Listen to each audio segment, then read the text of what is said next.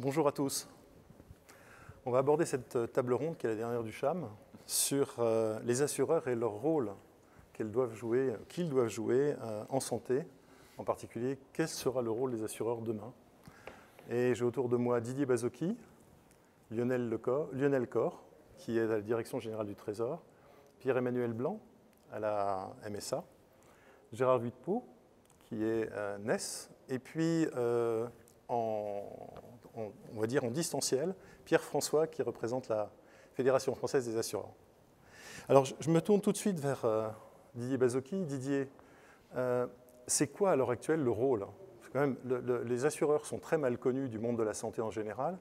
Quel est le rôle des assureurs en santé à l'heure actuelle? Quelle est leur mission? Et puis, question subsidiaire, comment tu vois la prospective de ce métier dans quelques années? Oui, bonjour à toutes et à tous. Olivier, merci. Je ne vais pas répondre tout de suite et tout seul à toutes ces questions, parce qu'on est là pour ça.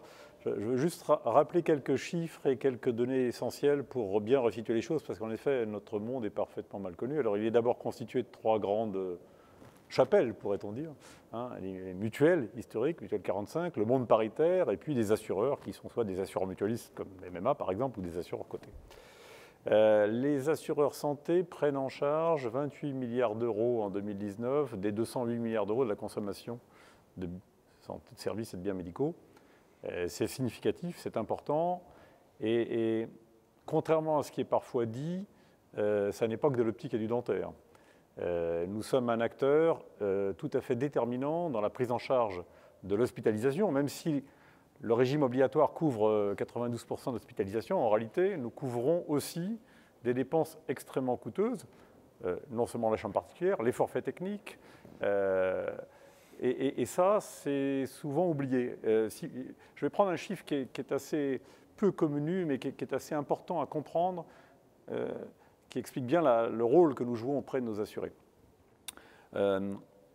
Pour un assuré sur 100, aux bornes de la sécurité sociale, il y a un reste à charge de plus de 5 000 euros par an. C'est une enquête qu'on a faite chez nous, dans notre groupe Covea, sur 1,5 million d'assurés sur une année entière, toutes dépenses confondues. Et donc, aux bornes de la Sécu, il y a 5 000 euros de reste à charge pour un assuré sur 100 par an. Une fois que nos mutuelles, MAGMF, sont intervenues, dans 80% des cas, il lui reste rien. Et dans 20% des cas, la moyenne est à 26 euros. Donc on voit bien que le rôle des complémentaires, c'est de mutualiser du risque et c'est de mutualiser aussi du gros risque. Deuxième idée reçue qu'il faut combattre, une fois que les gens sont en affection de longue durée, donc théoriquement pris en charge à 100% par la Sécu, les complémentaires ne servent à rien. C'est archi faux. Les études montrent que pour un âge donné, un patient en affection de longue durée coûte 1,5 à 1,8 fois plus cher à sa complémentaire qu'un patient non ALD. Donc on voit bien que là encore, il y a un rôle de mutualisation du risque sur des pathologies lourdes ou chroniques. Donc ces idées-là vraiment sont très dangereuses parce qu'au fond, ça met en cause un rôle qui est tout à fait essentiel dans l'accès aux soins. Deuxième élément, je crois, qu'il faut noter en introduction, c'est le fait que avec le temps, ça a commencé en 2004 avec la douce Blazy, mais avec le temps, les pouvoirs publics ont fait de nous un supplétif du régime général d'assurance maladie. Avec le contrat responsable, qui au départ était peu contraignant, qui nous obligeait à rembourser quelques prestations, et puis qui est devenu extrêmement contraignant. En 2014, par exemple, avec l'interdiction pour nous de rembourser des dépassements d'honoraires au-delà de 2 fois la base de remboursement. On ne comprend toujours pas pourquoi, mais bon, ou avec le 100% santé. Donc, on est vraiment devenu un supplétif. Et ça induit une image qui est que les cotisations continuent d'augmenter parce que le coût du risque continue d'augmenter. On a des contraintes fortes sur le remboursement et les gens ne comprennent plus bien pourquoi. En effet, on doit exposer pour ça des coûts de distribution, des coûts de gestion. Et au fond, les pouvoirs publics ont construit un système qui présente les coûts d'intermédiation et donc les contraintes et les inconvénients de la mise en concurrence sans en présenter les avantages.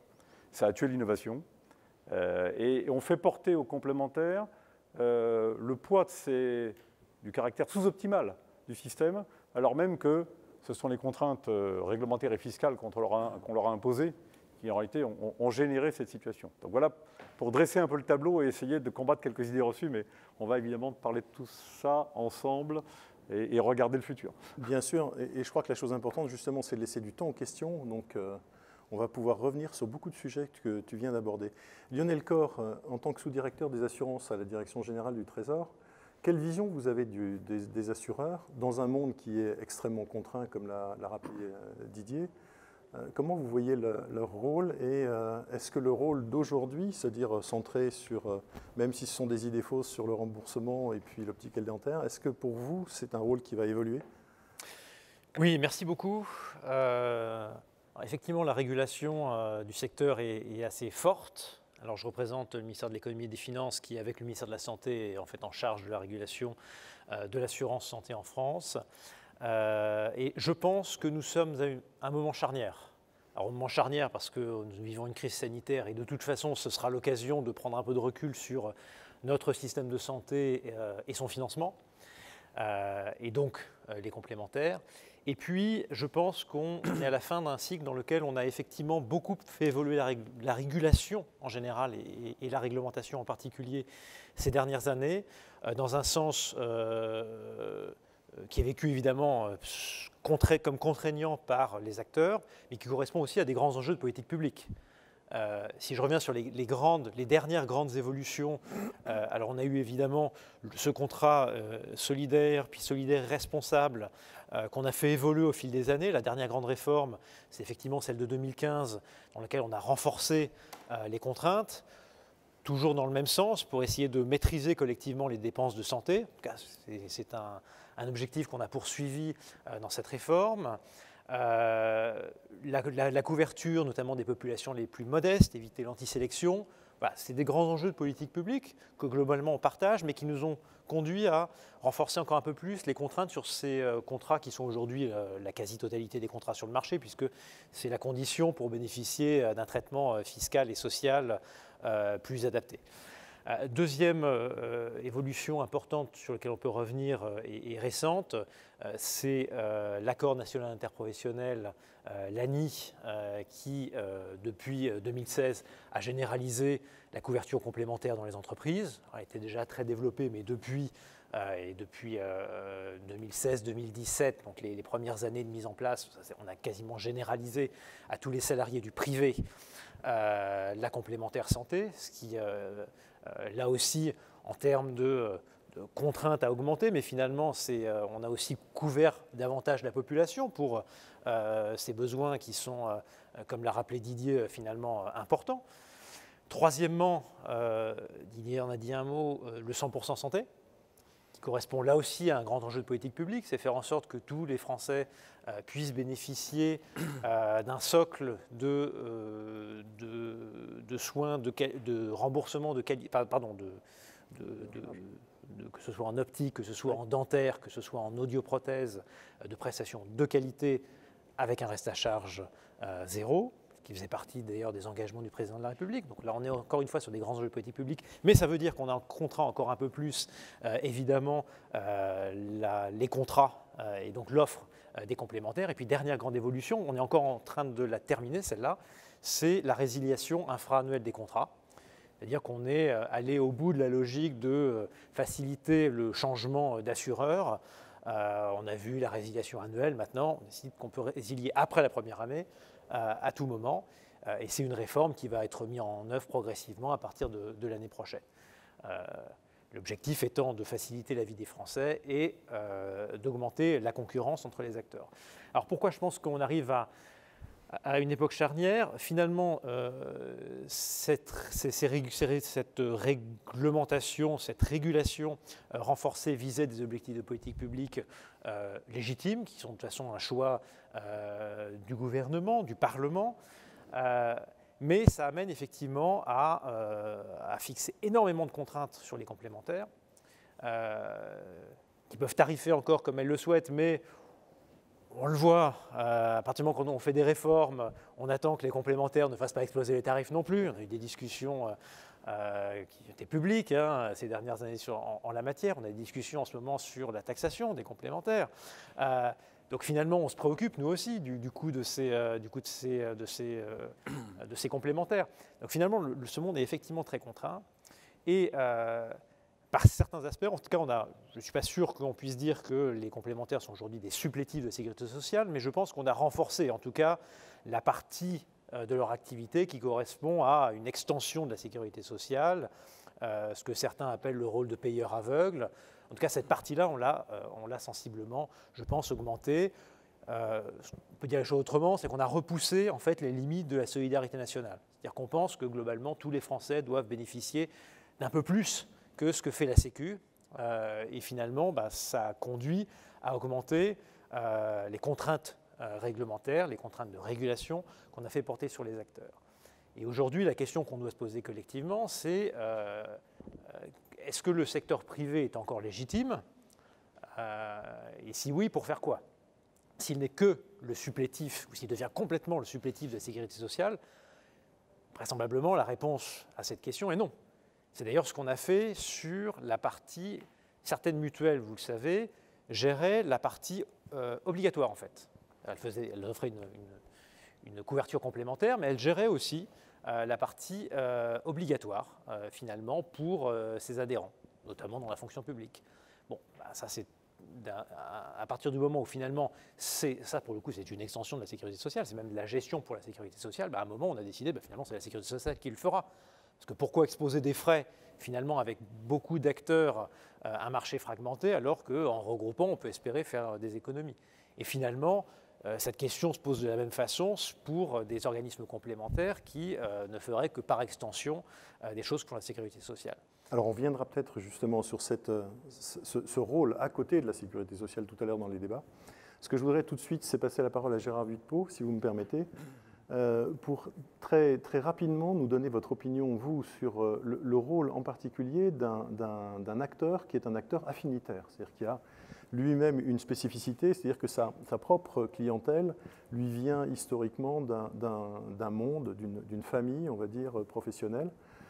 Comment vous voyez les évolutions du rôle d'un assureur en santé, justement avec cette spécificité ? Oui, merci. Et bonjour à toutes et à tous. Si l'occasion se présente, enfin je pense que vous allez la provoquer, j'aimerais revenir sur les sujets de gestion obligatoire d'Annie. On reviendra sur des questions qui sont tout à fait intéressantes et qui vont être au centre de ce débat. Qui mérite d'être poursuivi et animé. Alors, moi je parle au nom de la Mutuelle nationale des hospitaliers, MNH, qui s'est, dès sa création, affirmée dans un rôle affinitaire, dans un champ véritablement affinitaire. Aujourd'hui, elle couvre les professionnels de santé, du social et du médico-social, c'est important, salariés et libéraux, établissements publics et établissements privés.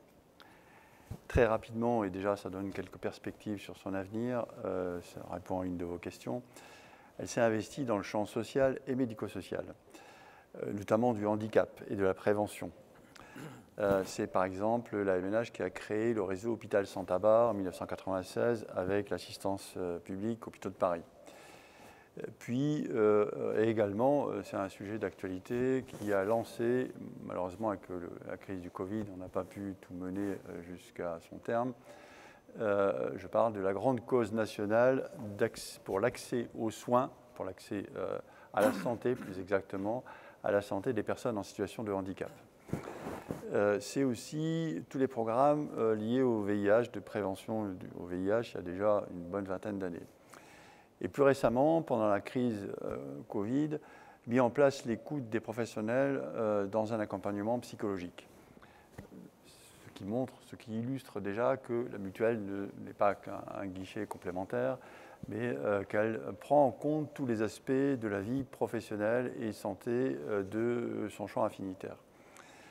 Aujourd'hui, son champ s'est encore élargi, c'est également un exemple d'une perspective d'évolution et d'avenir, au-delà de la complémentaire santé. En effet, la mutuelle historique a créé, il y a maintenant plus de 10 ans, une mutuelle prévoyance et une entité économique, NES, une nouvelle entreprise humaine en santé, qui propose des services aux personnes morales, c'est-à-dire aux établissements de santé. Et on voit bien que cette entité économique est bien dans l'écosystème de la MNH. J'entends la santé. La stratégie menée par le nouveau directeur général qui entend placer le groupe dans un rôle d'acteur de santé, y compris dans les activités économiques. On pourra y revenir si vous le souhaitez. Sa situation particulière, affinitaire et même privilégiée, puisque je rappelle qu'elle a été créée par des hospitaliers, pour des hospitaliers, gérée par des hospitaliers. Donc ce sont des éléments forts qui nous mettent à une place particulière. Et dans le domaine qui lui permet notamment d'être au fait de toutes les questions de santé, et c'est pour ça que nous sommes aussi des auditeurs assidus des programmes organisés par Guy Valencien. Dans le domaine de l'assurance, les mutuelles en particulier restent très attachées au maintien des solidarités qu'elles ont créées, notamment dans la dimension intergénérationnelle. C'est un des effets insuffisants, si je peux me permettre, de l'ADI. J'ouvre déjà une petite parenthèse. Mais on va revenir. En évitant justement ces effets négatifs, qui ne garantit pas cette solidarité entre les générations. Je dis tout de suite que l'ADI est une bonne chose, hein, mais ça reste incomplet.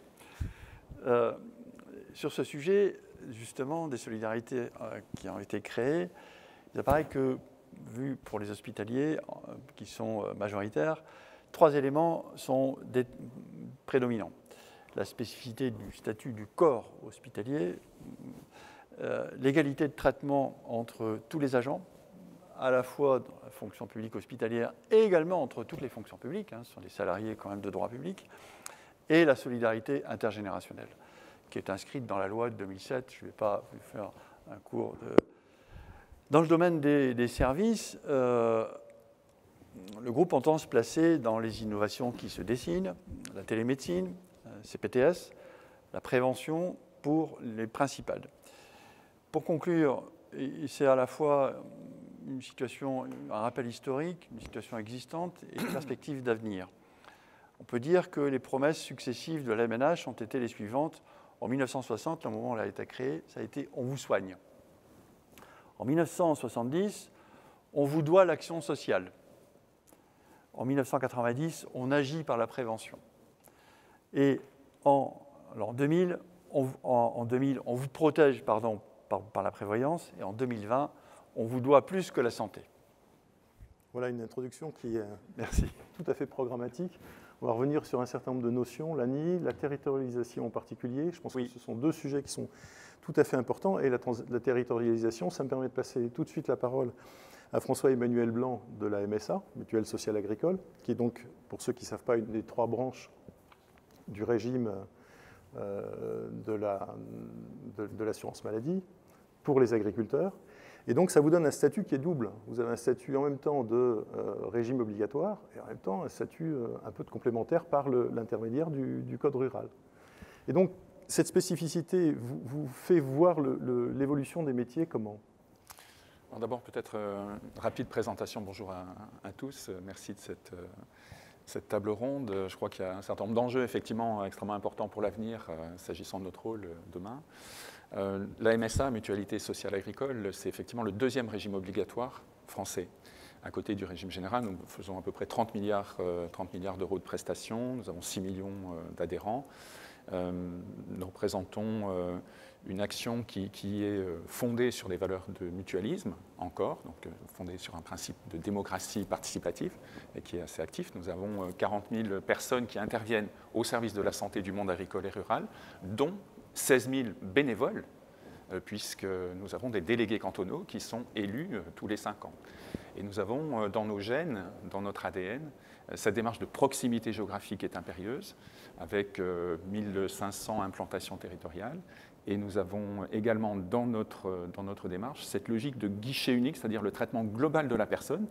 Et nous sommes opérateurs de protection sociale sur le champ de la santé, sur le champ de la retraite et sur le champ de la famille. Nous exerçons également sur le champ de la santé au travail, puisque nous sommes opérateurs de santé au travail, et nous sommes acteurs de prévention en matière des accidents de travail. Donc, nous développons autour de cette mission de service public tous les attributs d'un régime obligatoire, l'action sanitaire et sociale, en particulier en partenariat, et ceci se nouant dans un partenariat, un esprit de coopération avec l'ensemble des acteurs du secteur, des secteurs. Et nous intervenons également au titre de notre guichet unique, cette fois-ci XXL, sur de l'offre de services complémentaires en territoire, sur des activités d'insertion. Nous gérons encore quelques structures sanitaires et médico-sociales, comme les MARPA par exemple, qui sont des petits lieux de vie pour personnes âgées. Et nous intervenons également dans une démarche de proximité, d'ingénierie de projet en territoire. Donc notre logique, elle est vraiment d'être dans cette démarche de protection sociale du dernier kilomètre, dont la santé est entendue dans son acception la plus large possible. Alors la conception que nous avons de l'évolution du rôle des assureurs sur le champ de la santé, finalement, c'est que notre rôle de régulateur, puisque nous avons tous un rôle de contribution, en tout cas à la régulation du système de santé dans sa globalité, entre les utilisateurs, les bénéficiaires, les patients ou les futurs patients, les citoyens finalement, les effecteurs d'autre part. Nous avons ce rôle de régulation au niveau national, au niveau régional ou au niveau local ou micro-local, qui va sans doute se trouver renforcé dans les prochaines années à travers les notions, disons, de pertinence, d'utilité. Et ça, je pense qu'on y reviendra dans notre démarche, à travers des programmes d'action que nous pouvons partager en partenariat avec les effecteurs, avec les professionnels de santé, mais également avec les bénéficiaires, les patients, les assurés, au titre des évolutions du comportement des assurés, qui eux-mêmes sont très attentifs aujourd'hui aux démarches de promotion de la santé, d'intégration dans leur propre démarche de vie, et bien des comportements différents en matière de santé. Le deuxième axe d'évolution de notre rôle en matière de santé, il tourne autour d'un service plus, c'est-à-dire encore plus de services qui accompagnent notre logique de solvabilisation de l'accès au système de santé. Donc plus de services aux assurés, mais aussi plus de services aux effecteurs, qu'ils soient établissements, qu'ils soient professionnels de santé libéraux, qu'ils soient autres acteurs qui interviennent sur le champ de la santé, et j'ai envie de dire aux collectivités aussi, parce que nous avons en territoire, et notamment dans la ruralité qui nous intéresse en particulier, vous avez beaucoup d'intervenants qui sont légitimes à intervenir pour améliorer l'accès au système de santé, au système de soins pour la population, qui est marqué par, on le sait bien, la ruralité, par la désertification médicale en particulier. Donc les collectivités sont pour nous tout à la fois des partenaires et des bénéficiaires d'un service que nous pourrions apporter en plus en matière d'ingénierie de projet en particulier. Nous avons également aussi une vision qui est celle du renforcement, peut-être d'une sorte d'impératif de responsabilité, d'innovation et d'efficience en tant qu'opérateur global. Et je crois que c'est une dimension qui sera sans doute, on ne peut pas parler de risque, mais qui sera sans doute partagée beaucoup plus largement que ce que l'on voit aujourd'hui. Merci beaucoup pour cette introduction. Il y a cette notion d'opérateur global, on va y revenir parce que quelque part on peut se poser aussi la question de savoir si, d'une certaine manière, un peu comme on a distribué des licences sur la 5G, on ne pourrait pas avoir un contrat social qui se fasse sous l'égide du Parlement, avec la possibilité pour des assureurs qui le souhaiteraient, après tout, de pouvoir assurer au premier euro, et comme la Caisse nationale d'assurance maladie, et donc d'ouvrir le champ des opérateurs du régime obligatoire, je dirais, à un régime un peu à la hollandaise. Et je pense que cette question-là mériterait d'être posée. Je voudrais tout de suite passer la parole à Pierre François de la Fédération française des assureurs. Pierre, en ce qui concerne le rôle de la FFA à l'heure actuelle, on a vu des tentatives de rapprochement avec un certain nombre d'acteurs. Il y a eu des expériences menées avec les cardiologues, il y a eu des choses. On s'aperçoit quand même que sur le plan du fond, la connaissance des assureurs, et en particulier privés, par les acteurs de santé est quand même assez frustre, voire souvent avec une image un peu négative. Comment on peut faire évoluer ce cadre et faire évoluer cette image pour faire en sorte de mettre en place des projets pour demain? Parce que demain, les projets, ce sera la télémédecine, ce sera plein de choses. Vous m'entendez bien? Oui, allez-y. Vous m'entendez, c'est bon? Je peux continuer? Bon. Oui, super. Bonjour à toutes et à tous. Effectivement, ça a été rappelé par mes prédécesseurs, on vit un petit peu un paradoxe du fait d'avoir des complémentaires qui aimeraient bien agir autrement qu'en supplétif, comme l'a évoqué Didier, mais qui sont un peu dans un carcan réglementaire. Lionel Cor l'a presque confirmé et rappelé. Et du coup, l'innovation, les services qui ont été évoqués sont appelés des vœux de tous, mais sont très difficiles à mettre en œuvre. Et dans notre relation avec les professionnels de santé en particulier, tu l'as rappelé, la mise en œuvre est délicate et difficile. On n'est pas attendu. Et ça, je pense que c'est un point important pour le futur. Je pense que si on veut être complémentaire autrement qu'en étant purement supplétif, et Lionel Corr l'a dit, hein, si on est juste une limite de la solidarité nationale, à un moment donné, la question va se poser notre rôle. Et le rôle, il n'est pas juste de faire, en gros, de payer le ticket modérateur, excusez-moi cette expression un peu technique, parce que, entre guillemets, la Sécu ne le paye pas. Si on s'arrête à ça, effectivement, il n'y a pas d'intérêt. Je pense que les complémentaires au sens large ont prouvé, avec les réseaux de soins par exemple, leur capacité d'offrir des services à l'ensemble des assurés, tout en respectant la relation avec les professionnels de santé, même si ça a été parfois difficile et tendu. Je trouve que les accords et les discussions progressent largement. Et je suis tout à fait d'accord que l'avenir passe par des meilleurs échanges avec l'ensemble des intervenants de la place, une meilleure connaissance partagée de l'écosystème santé, et je pense de fait une meilleure confiance partagée. Les évolutions réglementaires que Lionel Corr a rappelées, je pense que l'ensemble des fédérations regrettent un petit peu le fait qu'elles aient été déclinées et décidées assez peu dans l'échange entre nous. On n'est pas forcément opposé à une régulation, on y est habitué, quelles que soient nos activités en assurance, hein, au sein de la FFA, c'est une structure régulée de manière classique, l'assurance. Mais plus on fait les choses ensemble, plus on discute, plus on partage et qu'on abreuve à des éléments qui sont discutés, et meilleure est ensuite la mise en œuvre et l'intérêt commun. Et ça, je pense que ça manque encore un petit peu.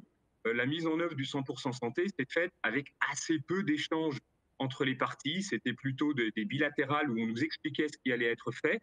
Et du coup, effectivement, forcément, dans la mise en place, dans les éléments, on n'est pas toujours très content et très d'accord. Et on voit bien la discussion qu'on a parfois entre notre rôle, qui est un rôle qui doit rester dans le monde des complémentaires qui sont régulés par une régulation qui est forte et qui est aussi stricte en termes assurantiels. Hein. On a des contrôles de l'autorité de contrôle, on a la solvabilité à respecter, enfin on a une mutualisation à respecter qui n'est pas la solidarité. Et c'est peut-être difficile à entendre, mais les règles de mutualisation assurantielle ne sont pas les règles de la solidarité nationale. Elles sont très fortes, elles garantissent à tous nos assurés d'être parfaitement couverts, et on est contrôlé en ce sens. Mais il ne faut pas, à mon avis, vouloir mélanger les choses. Sinon, effectivement, la valeur ajoutée qu'on peut avoir ne sera jamais vue. Et comme l'a dit Didier tout à l'heure, on nous mettra plutôt sur le dos les éléments négatifs plutôt que de voir les éléments positifs. Et le positif de demain, c'est vouloir nous faire confiance et vouloir nous donner un vrai rôle. Et si on n'arrive pas à ça, effectivement, les éléments qui sont évoqués par certains vont perdurer et on va plutôt parler uniquement des coûts, des complémentaires, plutôt que de réfléchir à la valeur ajoutée qu'elle pourrait apporter sur plus de services, plus de prévention, plus d'accompagnement dans les soins, participer par exemple à des éléments comme le parcours de soins, des éléments d'assistance de nos assurés et de l'ensemble des Français, parce qu'on voit le succès de la complémentaire, il est là. Quasi 100% des Français en ont une. Merci beaucoup Pierre pour ce propos liminaire. Un point qui me semble important, il y a un acteur qui n'apparaît pas ici et qui pourtant fait partie des grands fantasmes de tous. C'est les GAFAM, c'est les startups qui veulent présenter d'autres modèles d'assureurs complémentaires. Et j'aimerais bien avoir très rapidement autour de table votre position par rapport à ça. Vous le vivez comme une menace, vous le vivez comme une opportunité. Est-ce que, Didier? C'est un vaste sujet. Bon, d'abord, les GAFAM, aujourd'hui, n'ont pas montré une réelle volonté d'offensive dans le monde de l'assurance, en général d'ailleurs, et pas uniquement de l'assurance santé, ni dans l'assurance santé. Ce qu'on peut imaginer d'ailleurs, c'est compte tenu des réglementations spécifiques à l'assurance et à l'assurance santé de chacun des pays, qu'elles se présentent plutôt sous forme de courtier, et donc qu'elles essaient de se glisser, et c'est une vraie menace, hein, qu'elles essaient de se glisser entre le consommateur de soins, notre client, et l'assureur. Et si elles arrivent à faire ça, comme d'ailleurs les comparateurs l'ont fait dans l'hôtellerie, hein, on a bien vu les dégâts que ça a fait, si elles arrivent à faire ça, évidemment, elles seront en capacité, avec des capacités importantes de traitement de données, de data mining, elles seront en capacité de mettre en concurrence les assureurs aux dépens des assureurs et probablement en tuant la marge et donc l'existence même parfois des assureurs. Donc la véritable menace, elle me semble là, plutôt que de les voir débarquer, mais je peux me tromper totalement, on verra, hein, les voir débarquer. Donc c'est une véritable menace, et il faut d'ailleurs, et on le voit bien en France, il y a dans l'assurance santé un acteur innovant qui s'appelle Alan, hein, on voit bien que l'innovation en matière d'Internet, elle tient à la rénovation du parcours client et à la simplification du parcours client, sans couture. Et ça, bon, on travaille tous sur ces sujets-là dans le monde de l'assurance. Hein. Nous essayons, à partir de nos historiques, de nos systèmes d'information qui sont parfois complexes, de simplifier le parcours client au maximum pour qu'on soit multimodal et que le client puisse passer du téléphone au physique, à Internet, de manière totalement fluide. Ce n'est pas encore tout à fait réalisé pour les acteurs historiques, parce qu'il y a encore une fois le poids de nos systèmes d'information et de nos organisations. Mais c'est là qu'il y a un risque de disruption qui est réel, je crois, et qu'il faut prendre avec beaucoup d'attention, et je crois sur lesquels les acteurs travaillent tous. Lionel, comment vous voyez ça, l'arrivée dans un monde aussi réglementé, comme le rappelait Didier tout à l'heure? Comment vous voyez l'arrivée de ces nouveaux acteurs potentiels? Parce que pour le moment, ça reste encore du déclaratif. Alors, plusieurs choses. Tout d'abord, je pense qu'il ne faut pas partir du principe qu'ils ne vont pas arriver, ou que ça va être compliqué, parce que ce sont des acteurs qui sont capables de faire ce qu'il faut en matière réglementaire pour s'y mettre. L'un des grands coups d'entrée dans l'assurance et le capital, ils en ont beaucoup. Donc si les GAFA veulent vraiment prendre pied dans l'assurance en Europe, en France et en particulier dans la santé, ces acteurs le peuvent. Et donc je pense qu'il faut plutôt s'y préparer. On a fait un peu de teasing tout à l'heure sur l'avenir des complémentaires. Nous, au ministère de l'économie et des finances, nous pensons que les acteurs privés, qu'ils soient mutualistes, qu'ils soient paritaires, qu'ils soient commerciaux, peuvent nous apporter, doivent nous apporter demain. Simplement, vraisemblablement, ce que ça veut dire, c'est qu'on ne va pas faire de la complémentaire santé tout à fait comme on l'a fait par le passé. Parce qu'on a fait évoluer finalement les frontières de la solidarité nationale, de la régulation. Il y a un certain nombre de choses qu'on a contraints. Et donc, vraisemblablement, le champ de développement et ce que va nous apporter le secteur privé, c'est sur le reste, sur autre chose. Et sur ce autre chose, c'est de l'innovation. Et donc, ce serait un peu dommage que ce soit les GAFA qui nous apportent finalement l'innovation dans le secteur de l'assurance en général et dans la santé en particulier, alors qu'on a des acteurs qui font ce métier-là depuis longtemps, qui pour certains sont affinitaires, connaissent leur population depuis longtemps. On a des startups. Il y en a une qui a été citée, puis on a des startups qui proposent des services, qui proposent un certain nombre de briques qui finalement peuvent apporter à des acteurs traditionnels qui ne sont traditionnels que de nom. Il ne tient qu'à eux dans leur façon d'être, dans leur façon de proposer du service d'évoluer. C'est d'ailleurs le cas beaucoup. On travaille sur les parcours clients effectivement, et améliorer le service finalement très général aux clients, ça fait partie des innovations qu'on attend.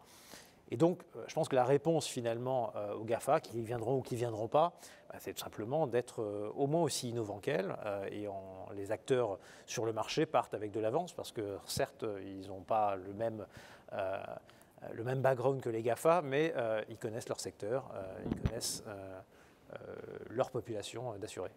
Alors Pierre-François, j'ai une question pour vous. C'est un peu taquin, mais quand on voit un peu la demande de Lionel qui nous dit il faudrait innover, il faut oser innover, il faut aller chercher l'innovation et créer de la chose.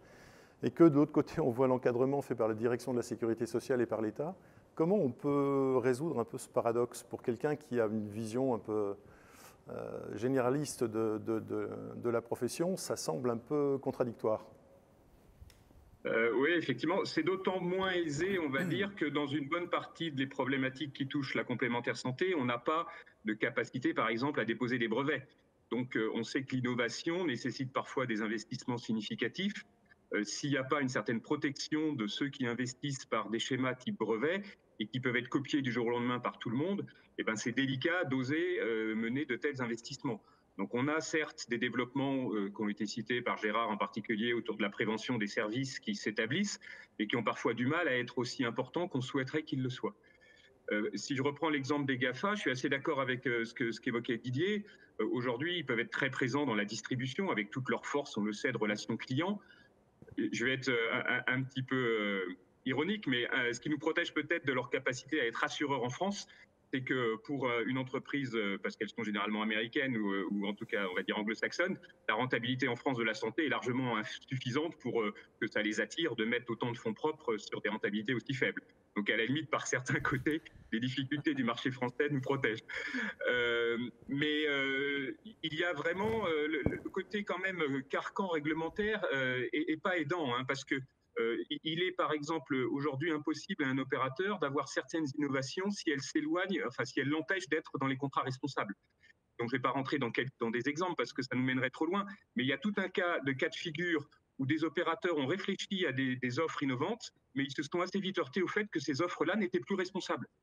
Et donc, si on veut cumuler l'offre responsable et l'innovation, on arrive à des mises en œuvre qui sont difficiles et qui malheureusement s'éloignent un petit peu des standards de marché et qui, en termes concurrentiels, deviennent très difficiles à positionner. Alors, je voudrais revenir sur un autre sujet qui est la territorialisation. Là, je me tourne vers Gérard Vipot et François-Emmanuel Blanc, parce que c'est vraiment votre... Est-ce que demain, on peut rêver de passer, par exemple, avec la MNH ou avec la MSA, quand on est un élu local dans un petit village de Bourgogne, je prends mon cas personnel, parce que si éventuellement vous me faites des propositions de services, ça pourrait vraiment être tout à fait intéressant. Mais est-ce qu'on pourrait rêver d'une certaine manière avec ces municipalités, cet intérêt qu'ont les territoires et qui est très bien montré pendant la crise du Covid, à avoir des stratégies efficientes au plus près des bassins de vie? On pourrait rêver à travailler avec vous sur des mises en place de services particuliers, ça peut être de la télémédecine, ça peut être des centres de santé particuliers, des maisons de santé pluriprofessionnelles. Est-ce que c'est des projets qui sont éventuellement dans vos cartons ou est-ce que c'est quelque chose qui reste dans le domaine purement expérimental? Alors, je vais reprendre ce que vient de dire Pierre sur les brevets. Je ne sais pas si on peut tout dire parce qu'après les idées sont reprises, n'est-ce pas Pierre? Plus sérieusement, oui, les opérateurs de santé, dès lors qu'elles se situent dans une prospective dynamique, qu'elles ne veulent pas rester au rang d'un guichet supplétif, doivent s'inscrire dans de telles perspectives. C'est un petit peu le cas de la MNH qui a une approche bien particulière, qui connaît le milieu de la santé, et notamment dans les rôles de coordination, de création de CPTS, dans des rôles plus actifs, des actions de prévention, pour peu que les financements soient associés et complémentaires, si je puis dire. Les mutuelles ne vivent que des cotisations de leurs adhérents. À elles de bien gérer les marges, de bien faire comprendre à leurs adhérents d'abord et ensuite au milieu professionnel d'une façon générale qu'on agit non seulement pour nos adhérents mais pour une communauté professionnelle, c'est le cas de la MNH par exemple. Donc la réponse est oui pour les CPTS, la réponse est oui pour des programmes de prévention, qu'ils soient dédiés à la population hospitalière ou du grand public. On doit pouvoir le faire dès lors qu'on sait le faire, c'est notre cas et c'est notre ambition également. D'accord. Et pour la MSA? Ah oui, bien sûr. Ce n'est pas seulement à titre expérimental qu'on intervient, c'est-à-dire c'est vraiment très actuel, aussi bien sur l'accompagnement de la création de l'exercice coordonné, les CPTS, des maisons de santé, donc on le fait en territoire rural, bien sûr. Nous allons déployer également à l'échelle d'une région entière une plateforme pour nos bénéficiaires, pour nos assurés, une plateforme d'assemblage de services santé et sociaux, une mise à disposition d'informations pour construire finalement du service sur mesure pour chacun de nos adhérents. Je peux donner également comme exemple, au titre des actions de prévention que nous organisons en toute proximité, je pense que nous sommes l'un des seuls opérateurs à pouvoir réaliser une action un soir à Espalion, dans Aveyron, je sors de la Bourgogne, je vais en Aveyron, avec 100 personnes sur la prévention du cancer du sein. Et nous le faisons régulièrement, avec nos élus locaux, nos délégués cantonaux, et nos assistantes sociales en particulier, ou nos chargés de prévention, qui travaillent en synergie dans cette approche de toute proximité. Je disais tout à l'heure, nous sommes protection sociale du dernier kilomètre, mais là, on est dans la protection sociale du dernier 100 mètres. Nos élus sont vraiment, ils sont natifs des secteurs et des cantons. Donc oui, alors pour ce qui concerne votre commune, dont je ne connais pas exactement le nom, mais en Bourgogne, nous intervenons... C'est juste un exemple. Voilà, nous intervenons également, bien sûr, sur tous ces sujets. Donc nous faisons également des appels à projets prévention territorialisés. À partir d'un diagnostic, d'une étude de besoins, nous avons un site qui s'appelle GeoMSA qui permet d'identifier un certain nombre de besoins territorialisés et c'est en fonction de ces besoins que nous lançons des appels à projets pour répondre à ces besoins qui sont non couverts. Et la plupart de l'offre de services en territoire de la mutualité sociale agricole résulte de la demande portée par nos délégués cantonaux. C'est un mutualisme encore très actif dans un régime obligatoire. C'est une singularité historique qui reste et qui est d'avenir, je pense, peut-être pour l'ensemble de la protection sociale. Si on parle de... J'aimerais dire un mot oui, vas-y. sur ce qu'a dit Lionel, parce que je ne suis pas totalement d'accord.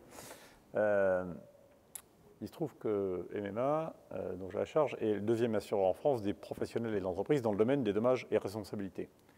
Et moi, ce que je vois tous les jours, au quotidien, c'est que c'est partie intégrante de notre métier d'assureur que de faire de la prévention et de maîtriser le risque. On fait des visites de risque chez les clients, on les accompagne, etc. En réalité, on ne peut pas le faire en santé, parce que la réglementation ne nous le permet pas, et que, comme l'a dit Pierre, il n'y a pas de modèle économique. Donc, il ne faut pas nous dire qu'on n'est pas innovant. On nous empêche d'être innovant. Un acteur économique, alors il y a des cas particuliers évidemment, parce que la MNH est affinitaire, donc elle a une sorte d'intégration verticale avec son milieu, donc ça facilite les choses. La MSA est un opérateur au premier euro, et évidemment ça change la donne. Mais pour tous les autres, enfin la plupart des acteurs de marché, en réalité, le contrat responsable et la réglementation qui s'est ébauchée est tellement sophistiquée depuis 2004, fait que nous sommes totalement suradministrés et qu'il n'y a pas de modèle économique à faire notre métier. Il faut le dire clairement. On peut leur reprocher tout ce qu'on veut, mais disons-le. Donc si on veut vraiment... Un assureur, c'est un acteur de la prévention. C'est son métier de prévenir le risque pour ne pas avoir à le rembourser. C'est basique. Et donc, si on nous laisse faire notre métier, on le fera. Justement, je voudrais juste, avant, revenir sur cette étatisation, ce rôle un peu supplétif, et je me retourne vers vous, Gérard. Vous parlez de solidarité intergénérationnelle. En particulier, je pense que dans une mutuelle comme la vôtre, d'abord, la solidarité intergénérationnelle dans l'esprit mutualiste, c'est quelque chose d'important. On a parlé de l'ANI. Et quand on a préparé la table ronde, en particulier, je posais la question à Lionel de savoir si éventuellement il pouvait y avoir une ANI pour la fonction publique. Et Lionel n'a pas dit non. Il dit on peut y penser, ça peut faire partie des pistes. Qu'est-ce que vous en pensez, vous, sur ce plan-là? Parce que là, ça poserait un problème, en particulier sur une structure affinitaire comme la vôtre, qui serait un problème majeur. Oui. Enfin, il me semble. Bien sûr, absolument. Je vais revenir un petit peu sur ce qu'on disait sur les GAFA tout à l'heure. Je partage le point de vue de Pierre sur la non-rentabilité du marché français. Sans parler des obstacles institutionnels, conventionnels, assurance maladie, enfin bref, une réglementation qui peut être quelque peu rédhibitoire. Néanmoins, il faut quand même se méfier de leur puissance numérique dans la digitalisation et dans la gestion de la relation avec le client. La concurrence, pour descendre d'un niveau, celle-là et d'autres, c'est une bonne chose. Prévue, fixée par la loi, elle résulte d'une directive européenne, c'est très bien. Seulement, on s'aperçoit des effets pervers. Des effets pervers, c'est-à-dire tant certains assureurs, les GAFAM par exemple, ou d'autres, même parmi les mutuelles, qui commencent, et non des moindres, j'en ai une en particulier que vous me permettrez de ne pas citer, qui sélectionne les personnes et donc les risques. De préférence des jeunes qui ne consomment pas, qui n'ont pas besoin de soins, en écartant, en ne s'adressant pas aux plus âgés. Ça me permet de parler de l'ANI, qui certes est une bonne chose. J'ouvre une grande parenthèse pour dire que dans la fonction publique, il n'existe rien de comparable. Les procédures de référencement ne vont pas aussi loin. C'est une question de coût, c'est une question de volonté politique, peu importe, je ne vais pas faire de commentaires. Il n'empêche que c'est incomplet parce que la solidarité intergénérationnelle n'est pas mise en œuvre, elle n'est pas assurée. Et dans un pays comme le nôtre, je trouve que ce n'est pas bien, c'est même indigne. Quand on connaît la pyramide d'âge française où la population vieillit bien, vit plus longtemps, laisser ces gens sans protection, sans régulation, parce qu'il n'y en a pas, la loi E20 n'a pas été complètement appliquée, les dispositifs qui existent actuellement ne le sont pas non plus, suffisamment précis, suffisamment protecteurs. Quand on est actif, très bien. Quand on devient retraité, on est souvent... et il y a beaucoup de gens qui sont démunis et qui restent sur le bord du chemin. Ça, c'est pas bien pour un pays comme le nôtre. Voilà, donc La réglementation qui doit peut-être arriver dans la fonction publique, qui existe déjà, pas encore pour les hospitaliers, doit prendre en compte ce que je disais, ce que j'évoquais tout à l'heure, l'égalité de traitement et la solidarité intergénérationnelle, pour avoir un modèle complet, un modèle social et économique à la fois. Lionel, est-ce que vous voulez intervenir sur le sujet ? Oui, je vais en dire un mot. Alors pourquoi pas réfléchir à l'ANI. Je ne suis pas sûr que ça s'appellera l'ANI d'ailleurs dans la fonction publique. Il faudra certainement faire autre chose. Mais on va encore dans la contrainte si on va là-dessus. Donc finalement, il faut quand même se poser la question. Et je pense pour ma part qu'il n'y a pas de contradiction entre réglementer fortement et innovation. Tant qu'on se pose la question en fait, de la limite de ce qu'on veut réglementer fortement.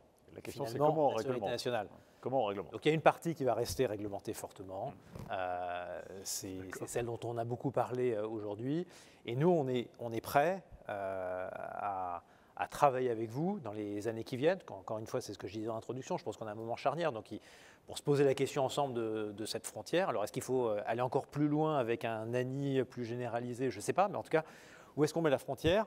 Et comment, sur le reste, on décide, nous, que on dépasse le cadre de ce qui doit être fortement homogénéisé entre les Français, ce qu'on peut appeler le domaine de la solidarité nationale, sur lequel il y a beaucoup de public, il y a un peu de privé, qui d'ailleurs pourrait devenir un peu plus public par l'avenir, on ne sait pas. Mais surtout, qu'est-ce qu'il reste et comment on vous aide à innover? Nous, on est vraiment à votre disposition. S'il faut travailler sur les brevets, s'il faut travailler sur un certain nombre de sujets qui ont été évoqués aujourd'hui, et je pense que les années qui viennent, même les mois qui viennent, en tout cas, nous, on est à votre disposition pour travailler ensemble, essayer justement de fixer cette frontière le mieux possible, en tout cas, faire des propositions en la matière,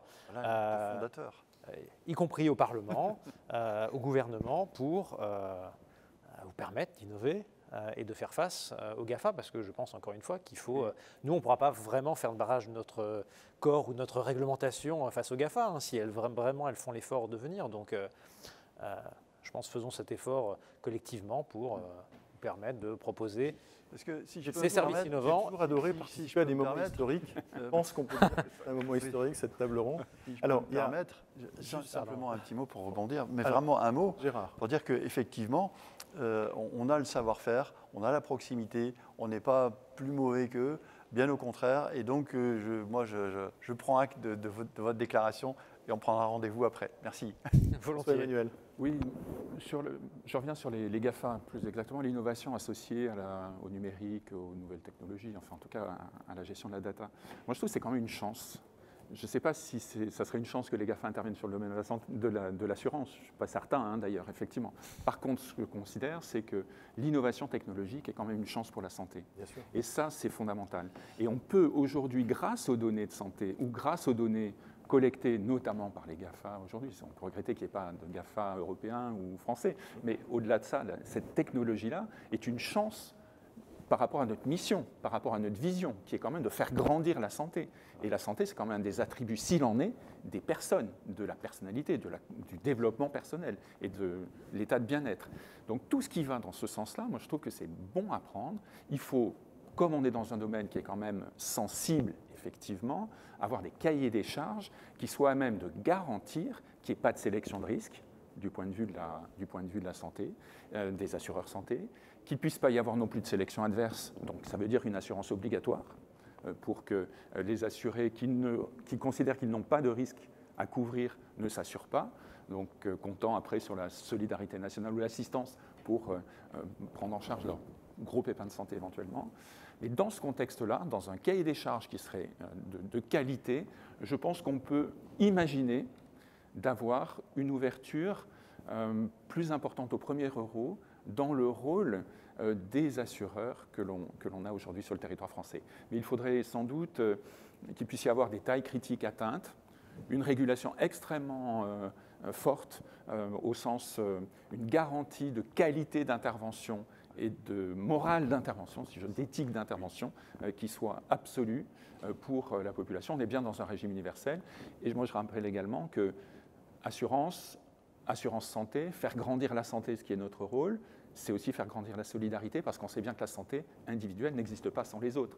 Et faire grandir la solidarité, ça passe par ces principes à rappeler, je crois, fortement dans une ouverture demain.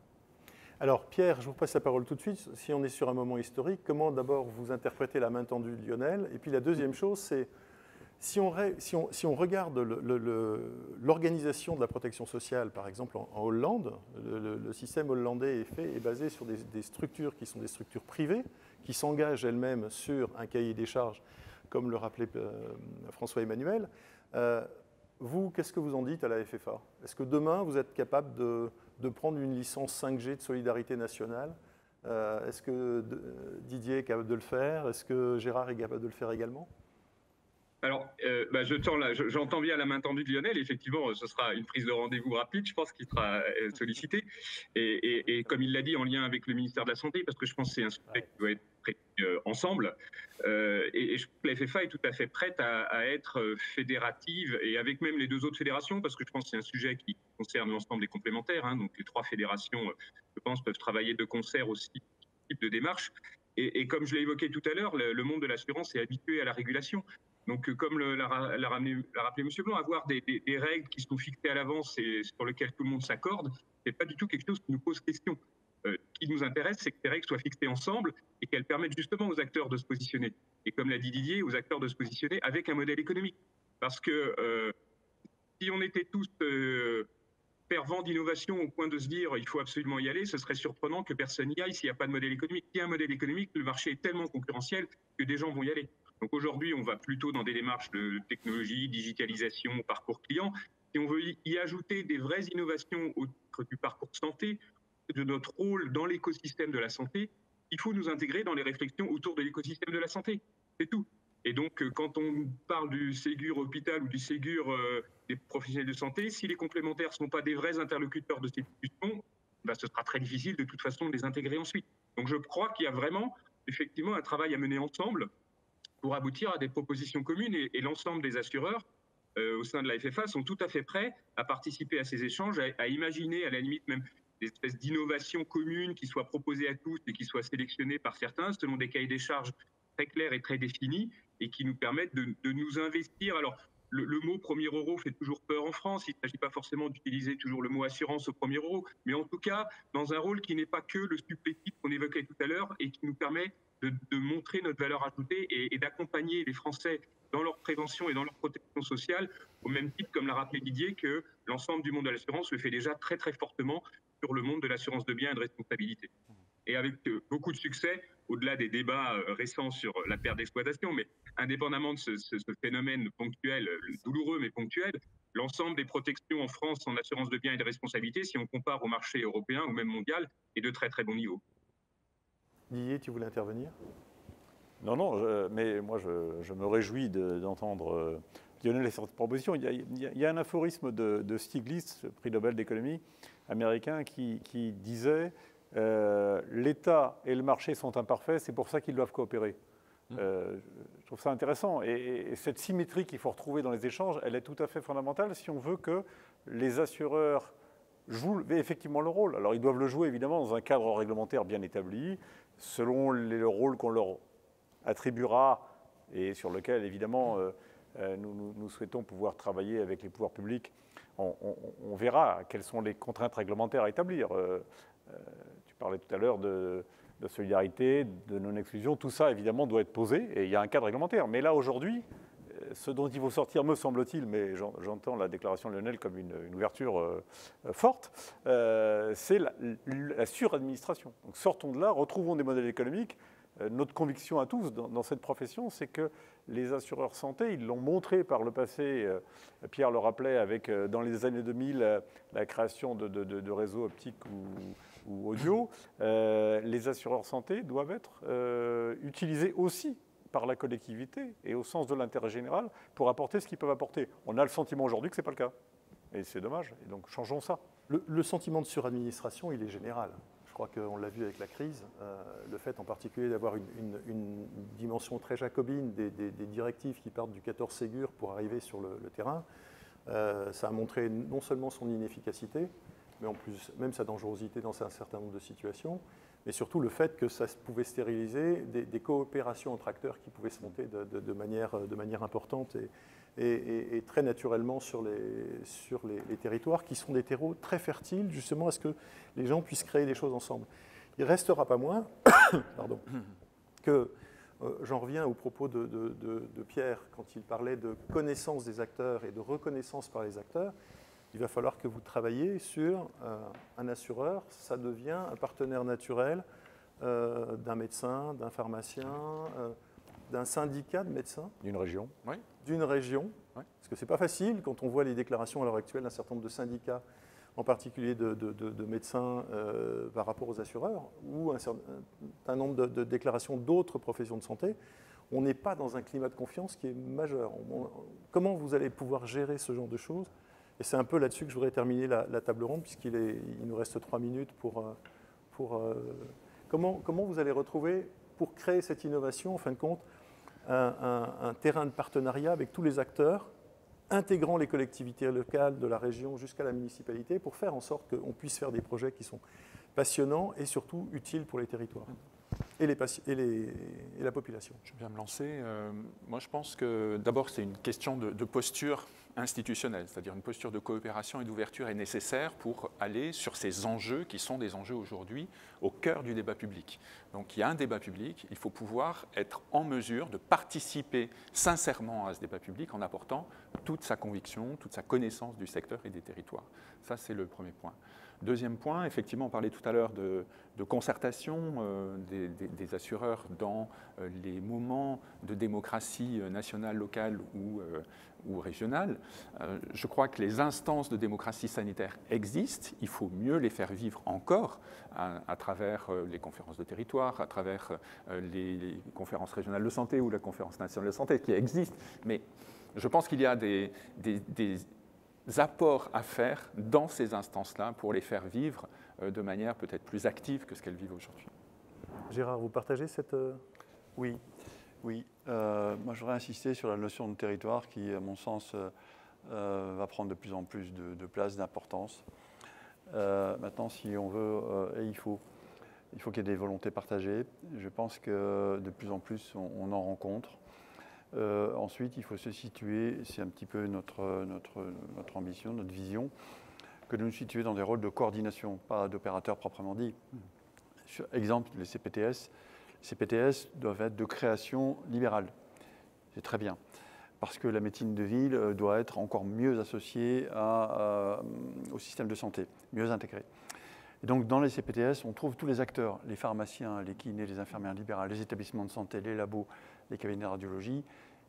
Et après, il faut quelques moyens, un modèle économique. L'État a commencé à investir des modèles économiques pour bâtir ces communautés professionnelles de territoire, parce que je parle sous contrôle d'un médecin.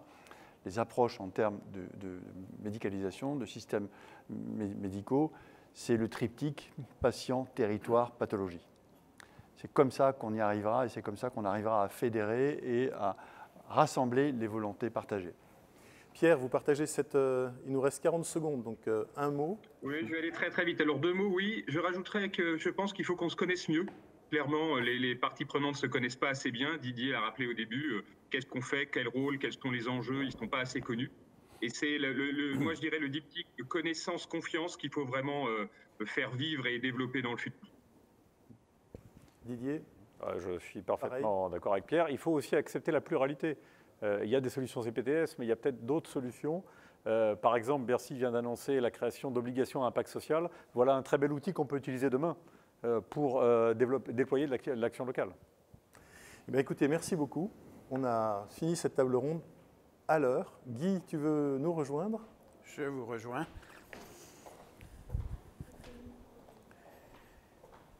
Juste un petit clin d'œil à un anniversaire, le 26 septembre, l'anniversaire d'Olivier Mariotte. Veux-tu? Voilà. Eh bien, écoutez, Cham n'est pas terminé.